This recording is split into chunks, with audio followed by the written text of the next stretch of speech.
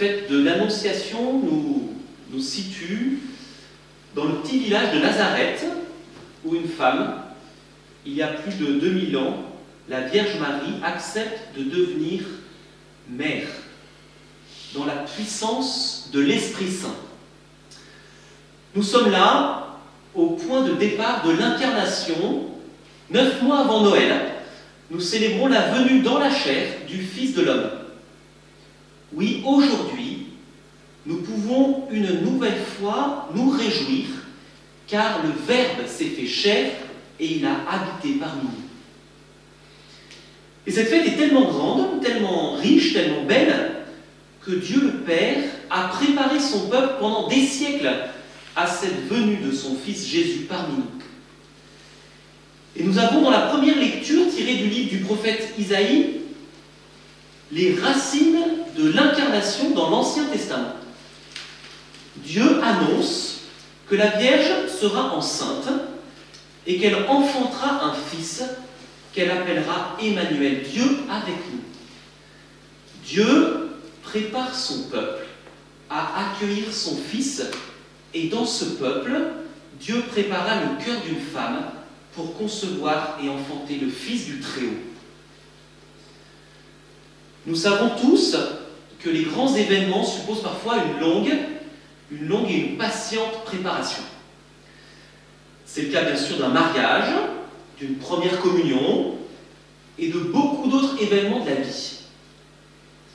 Dieu a lui aussi, en bon pédagogue, préparé son peuple à accueillir son Fils, ou pour prendre une image qui nous parle à tous, Dieu s'y prend avec nous, on pourrait dire comme dans un album de famille.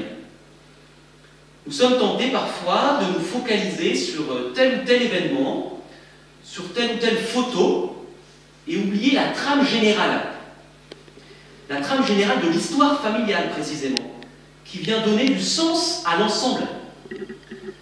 Toutes ces prophéties de l'Ancien Testament sont autant de photos qui, mises les unes à côté des autres, nous donnent de comprendre cet événement que nous fêtons aujourd'hui et qui mènera Jésus à donner sa vie jusqu'au bout à Pâques.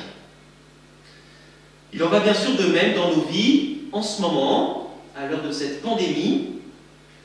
Dieu a le secret de l'histoire, le sens de l'album.